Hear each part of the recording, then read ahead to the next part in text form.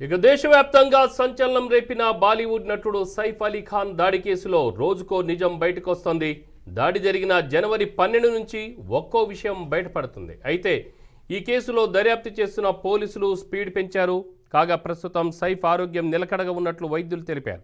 ఆయన వెన్నులో దిగిన 2.5 అంగుళాల బ్లేడు మొక్కను తీశారు. ఇదంతా ఇలా ఉంటే ఈ వ్యవహారంలో మరో కీలక విషయం పుకార్లు రేపుతోంది. సైఫ్ పై దాడి చేసింది ఆయన డ్రైవరే అనే అంశం చర్చనీయాంశంగా మారింది. అయితే ఇతను ఎందుకు దాడి చేశాడనేది కీలకం.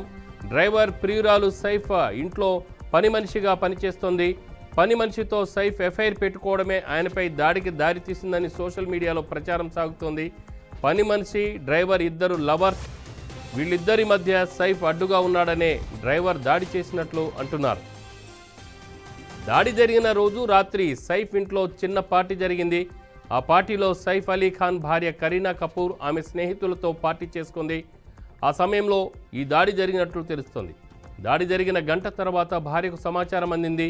సైఫ్ తల్లితో ఉన్న తన కుమారుడికి సమాచారం ఇవ్వడంతో అతను వచ్చి హాస్పిటల్కు తీసుకెళ్లారు. దాడి చేసిందే డ్రైవర్ కాబట్టి కారులో హాస్పిటల్కు వెళ్లేందుకు వీలు లేదు. అయితే జరిగింది ఇదైతే సైఫ్ కుటుంబం కట్టుకథ అల్లిందనే ఆరోపణలు వెల్లువెత్తుతున్నాయి.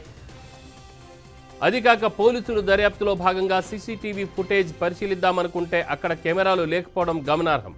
బాంద్రా ఏరియాలో ఎక్కువగా ఉండేది సినిమా యాక్టర్లు ప్రముఖుల ఇళ్లే. అలాంటి ఏరియాలో ఉన్న అపార్ట్మెంట్లో అది సైఫ్ అలీ ఖాన్ ఇంట్లో తనపై దాడి జరగడం అనేది మామూలు విషయమే కాదు. ఖచ్చితంగా ఈ దాడి వెనుక ఏదో పెద్ద విషయమే ఉంది. ఒకవేళ పని మనిషి డ్రైవర్ కథే అయితే దాన్ని ఎలా నిర్ధారిస్తాలో చూడాలి.